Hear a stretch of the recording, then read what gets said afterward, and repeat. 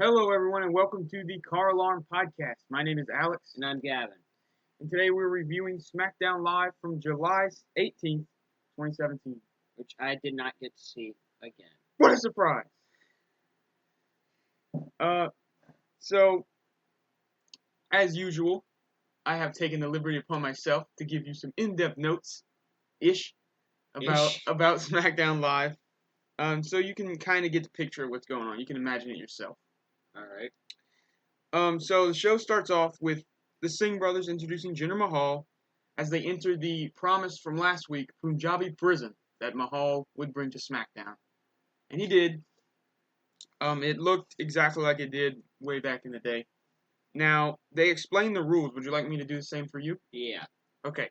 So, there's basically a steel cage made out of steel reinforced bamboo. Yeah. Like a WWE steel cage. And they have a door on each side. It's like a little square door that the refs pull the string and it slides up on each side of the ring. They'll pull the door up when instructed by a competitor, and it'll stay up for 60 seconds. Then it'll be let down. They have to get out from under that door. They don't have to climb over the top yet. They have to get out from under that door, and then there's a larger, I think like 20-foot tall bamboo wall around the ring, and they have to climb over that. There's no doors on it. That sounds like, in theory, a good match. Yeah, it does. But it might not be. It's really difficult to get camera angles in that thing. There's so much bamboo. It's just everywhere. I bet. But one thing is the squares on the bamboo that make up like the cage design are really big. They're probably like 2 feet, 2 square foot of just air. So a Singh brother could probably just squeeze right through that. So I'm predicting now that that's what will happen. Or they'll try to. Yeah. Yeah, they explain the rules, and then Mahal just kind of trashes on Randy Orton for a bit. It's the same as always. He just says that he's the best, the modern day Maharaja, and all that good stuff. But Randy Orton interrupts. He walks down the ramp, says Mahal is making a mistake by choosing a match that traps the two inside without the Singh brothers.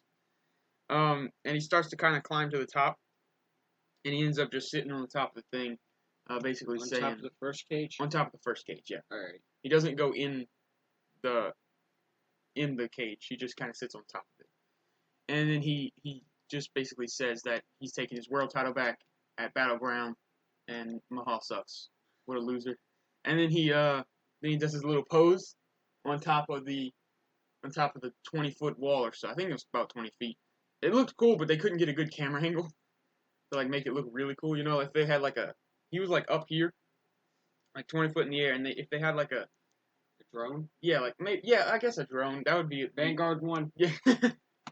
Broken Matt returns. Vanguard 1's here. What a cameo that would be. That would be great, actually. Yeah, it was fine. And then the segment ended with Orton up top. I assume he just climbed down quietly and left. Or jumped. Or, I don't think he jumped 20 feet. Broke both his ankles. Battleground's off. Mahal's got to fight Aiden English. That's not going to be a bad match at all. Nope, kickoff. The WWE World Championships on the kickoff show. Yay. When we get the U.S. title as main event. Woo! Well, it would deserve it. So, this kind of happened later, but it's not really in any storyline. AJ Styles and Shinsuke were backstage, and AJ Styles, because they have a tag match in the main event later on. And AJ Styles was sitting back with his championship beside him, and Nakamura came in and said that one day he's going to answer the challenge for AJ Styles. And I'm looking forward to that. I am too. That's going to be great. But the next segment is Jimmy Uso versus Kofi Kingston. In a match? In a match, yeah, just a singles match, and the two teams are at ringside again.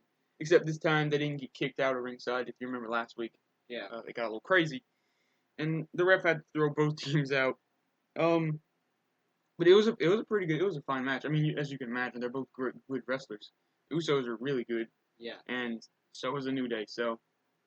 Especially Kofi. And you've got, Kofi's the guy who, can find a way to stay in the Royal Rumble. Yeah.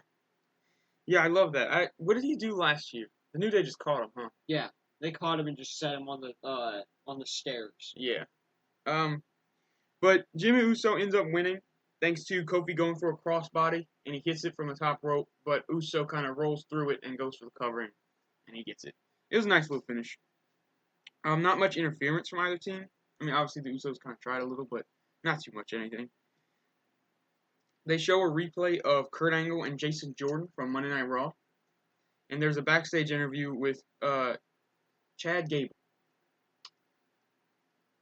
Apparently, the American Alpha is split up, and Gable says he has some secret plans for his future on SmackDown Live, which I'm looking forward to. He said he's going to support Jason Jordan and everything that he's doing, and everything that he does. But, yep, he said he doesn't want to spoil the surprise about what he's planning, which I assume is either a U.S. title match, contendership, or something along those lines. World title. Yeah, sure, go for it. U.S. title, though, is kind of the division right now, I guess. Yeah. You had Chad Gable versus AJ Styles a couple weeks, and Kevin Owens and Nakamura. Those four are all you need to convince me that that's the main event title. Sami Zayn, too, was fighting for it, so there you go. Everyone's fighting for it. Yeah, because it might as well be the main event title. Is this my water? Okay. Alright, so the next segment is the debut of Mike Bennett, a.k.a. Mike Kanellis. The in-ring debut. Versus Sami Zayn. Do you have any predictions on what happened? Probably a pretty okay match. Who do you think won? I think Sami. Wrong. However, Mike Kanellis, I never, like I think we discussed before, I never watched Mike Bennett in Ring of Honor. I don't think you have either. Mm-hmm. But he seems pretty good. He was, there was no botches or anything. Nothing was really bad. It was pretty good. Maria ended up running in the ring when Mike was in the corner and Sammy was going for a hoover kick, and she kind of just stood in his way, like, "Oh no, please don't attack my husband."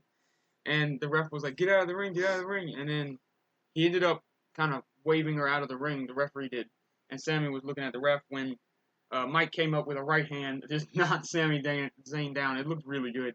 And then he hit a fireman's carry, but in between his legs. I don't know what that's called. Falcon Arrow? Oh yeah, no. I think you're right. No, that's not Falcon Arrow. Is that a body slam in between legs? Falcon Arrow is a body slam, right? No, it's like a suplex in between. Yeah, you're right. Rollins does it. It's not a Michinoku. Michinoku is a body slam. I don't know what it is. It's called. Me neither. But it's a fireman's carry. That's the thing. So, sure. But that's what he ends up winning with, so I guess that's his finisher. And that's the end of the segment. He looked good, Mike. He had a lot of little kiss mark logos all over his pants, and then he had a picture of Maria on his pants too, which was really cool. I like that. Me too. They're obsessed with each other, which is a really good character. It's kind of new. At least it feels new. I know Miz and Maurice are kind of that way, but not to that scale, No. They're kind of so cocky that the love kind of gets second seat, but not with Maria and Mike. Okay, so the next segment is John Cena addressing this Sunday's Battleground flag match. And for about 5 minutes, he just puts over America and says how he's going to bring honor to America, and he won't let Rusev and Bulgaria disgrace America with the flag, and America never gives up, and all that goody stuff John Cena always talks about when America's involved. Was he screaming or just talking? He was screaming. Yeah. I know you can imagine it. You can just picture it in your head. Cena always starts out really, really calm, and he just starts screaming out of nowhere. America never gives up. He said it 8 times. But anyway, it was a good promo, of course. It was fine. But he ended up getting on top rope, grabbing the flag, and kind of waving it "I will bring honor to America," blah, blah, blah. And then Rusev comes out, kicks him in the face, knocks him down, puts the accolade in him, and I was thinking in my head, I was like, man, if this was back when John Cena was SuperCena, he would have just stood up in the accolade and slammed Rusev down. Guess what he did? He just kind of died? No, he stood up in the accolade, Slammed him against the turnbuckle. Fell down again, though. He tried to stand up again and then fell down again and then he passed out. It was really good. I liked it a lot. I like the sound of that. Yeah. It was like he was just killing John Cena. But it looked really good. It was kind of teasing, I guess. John Cena just overpowering everything. The past few weeks, he's been getting absolutely destroyed by Rusev, though. Yeah. So maybe try to fight back, John Cena. Rusev grabs the Bulgarian flag, and then he just walks out with the flag waving. I'm looking forward to that match. I am too. I think it'll be good. I like Rusev a lot. I like John Cena. They're both really good. Mm-hmm. Especially Rusev's agility. Yeah, Rusev's fast. And the fact that Cena will just try anything. Yeah. It's really good. Double moonsault. 360, 450. What's a double moonsault? That's gotta be a thing, right? It can be. Is that a thing? I don't know. I don't even know how it would work. It's just you do 2 rotations on a moonsault, like a 450, but backwards. It sounds really hard to do. It does. I wonder if anyone does it. Probably from like the top rope in like if you have some Well, boxes. yeah, I didn't. And some boxes. Just put a couple boxes up there and then do it. Well, if you could do I bet Ricochet could do it. Will Ospreay maybe. If you could do a 450, I don't see why someone wouldn't. I'm not saying it's easy. Now, I'm just saying I don't see why someone wouldn't be able to get the rotation on a double moonsault, 450 moonsault, I guess. You know? Yeah, I get what you're saying. All right, well, let's move on. Next, there was a backstage segment with Shane McMahon and all the women except for Carmella and Naomi. They're all discussing who should fight who, because at Battleground, they have a 5-way number 1 contenders match. Yeah. So they're kind of all discussing. They wanted a good match for tonight, a good competitive, just singles match for tonight to kind of promote Sunday. So they were all kind of yelling, "Oh, you should fight you because you guys are dumb." But it ended up, Natty was saying that Becky and Charlotte should fight each other because they're both competitive. And then Charlotte was saying, "Oh, Becky's not competitive. I've beaten her every time we fought." And then Becky Lynch just got all, angry and, of course, a little prideful. Yeah. And was like, "Okay, I'll fight you. I'll kill you." So they ended up having a match, and that's where we're on now. Charlotte versus Becky Lynch. It wasn't a short match, but it wasn't a long match. But it was a good match. It was good. The match ended up ending when Charlotte went for a moonsault. Becky Lynch dodged, and while Charlotte was still on the ground, she got the disarmer in and tapped out Charlotte. Clean as a whistle. So that's good to see. I'm glad to see Becky getting clean wins, especially over Charlotte. Because this doesn't hurt Charlotte at all. Nah. She's perfectly fine. It just makes Becky look really good. She probably won't win the Fatal 5-Way. I'm sure. I think Charlotte will. We'll get into that when we do our predictions, but so it just makes Becky look really strong going forward. And maybe they can have a match for the title eventually. I'd love to see that. Me too. But Charlotte looks kind of angry when she gets up, holding her arm, and then the two shake hands, and they do this little toasting tea. They have little invisible teacups, and they toast it to each other. I guess that's just their thing now. They do that. They toast some tea, and then Natalya, Tamina, and Lana come out to jump both Becky and Charlotte. When they're done, Tamina just super kicks Natalya, knocks her out, and then stares down Lana while she leaves. Oh dear. So maybe there's some sexual tension there with Lana and Tamina. I don't know. I thought they were a team. I don't know what's going on now. I think maybe the idea was that it's every woman for themselves, and she was like, "I'll still fight you." I don't really know. They didn't make that very clear, at least in my opinion. Okay, but yep. Next up, we have my favorite part of every week, the Fashion Files. We get them. Woo!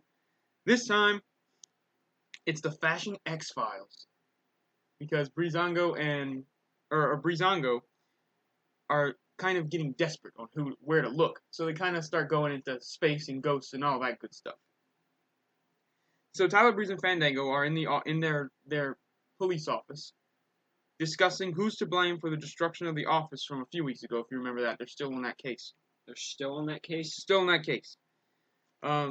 Fandango says they need to investigate ghosts, aliens, and the Illuminati. The Illuminati. They have to look everywhere for who's to blame.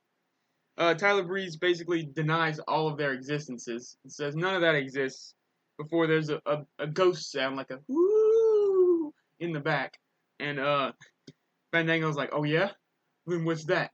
What's that, Tyler Breeze? And they pull a curtain and it's Aiden English practicing singing, which is great. And then there's a giant light that shines above both of them. And as soon as that happens, immediately, no questions asked, Tyler Breeze's like, yep, I believe in all of that stuff. There's some aliens right above us. And a delivery man shows up. And Tyler Breeze says he wants to meet Chewbacca, E.T., Alf.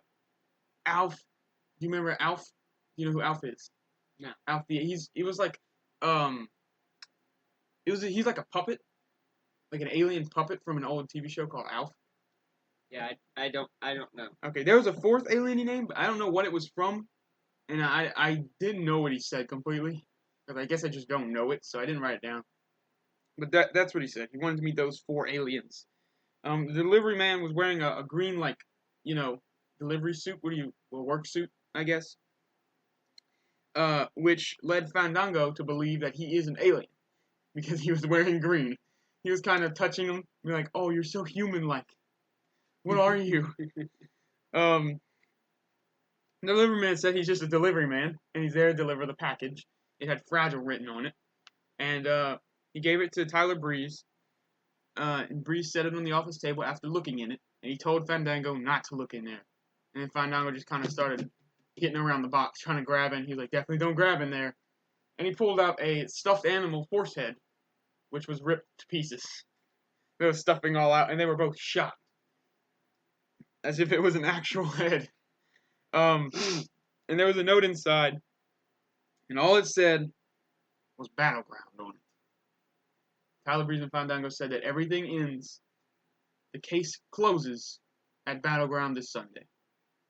And that was the end of the segment. I want them to win. I don't care who they're fighting. I want them to win. Who do you think it'll be? Real quick prediction. I mean, we're gonna have predictions on the show later, but why not do it now?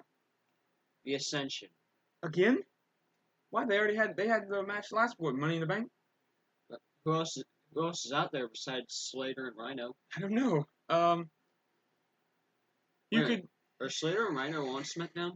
No, they're not. They're on Raw. Slater had Kurt Hawkins. Remember at Great Balls of Fire? I forgot about that. No, there's teams. No, there isn't. There's none. All right. Well, we'll do more of that, I guess, in the next video. The main event of SmackDown Live was Shinsuke Nakamura and AJ Styles versus Kevin Owens and Baron Corbin in a tag team match. It was a pretty long tag team match, about 20-25 minutes. Had, I think, 2 commercial breaks in it, but they had the little cameras for both commercial breaks during them, which is nice. I like that a lot. They had that during Charlotte and Becky's match too. Sometimes I get distracted by the commercials, but most of the time I can kind of watch it and not miss too much. Even though nothing really happens that much during those, Becky and Charlotte had a few cool spots.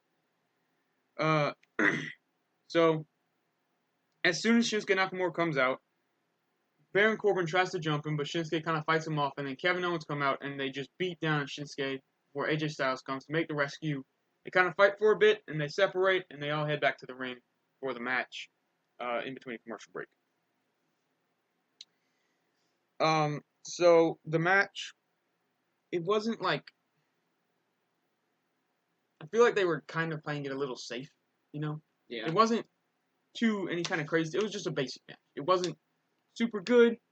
It definitely wasn't bad. You're not gonna have a bad match with those 4. No, of course. It was good, but the ending was really where it was good because Kevin Owens and it kind of ended in, like, those finisher, and whoever hits the last finisher wins. Yeah. It was almost like that, but Kevin Owens ended up winning with a pop-up powerbomb because AJ Styles was kind of running around the ring all fast, hitting Baron Corbin, and Shinsuke was fighting Corbin and all that good stuff. But Owens ended up catching him. It was good. It was a good. Sounds good. That's the end of the day. Closed the show with Corbin and Owens celebrating. I thought they were gonna like attack him after the match, but they didn't. They were just kind of like, yeah, we won. I would like to see Styles hold that U.S. title for a while. Me too. And Shinsuke fight for it. But as much as I want that, I really think those two should main event of WrestleMania. Next year's WrestleMania. Oh yeah. It would be incredible. Yeah, it really would. I feel like though that's gonna be the SummerSlam match though. Which is fine. Yeah, that's fine. I want to see the two fight each other. That should be. I mean, they'll have a WrestleMania match. They have to. There's no way they can't. Yeah, that's the whole show. All right. Yeah, anything else you want to talk about? Any kind of anything? No, except for why don't we have memorable tag teams on SmackDown? Well, who we got? We got the Usos, New Day. We had American Alpha. We have the Ascensions, and we have Breezango. I think that's all. Hype Bros. We have the Hype Bros, but I don't think they're behind Tyler Breeze and Fandango's office getting wrecked. Could be turning them heel. Yeah, I guess. I don't really want to see that though. I mean, it's always a possibility. Yeah, it is. You're right. Okay. You want to close out then? Yeah. All right. You can follow us on Twitter at CarAlarm Podcast. And on Facebook, if you type in the little search bar on there at Sounding CarAlarm, and you'll find our page with our links to our videos and all that.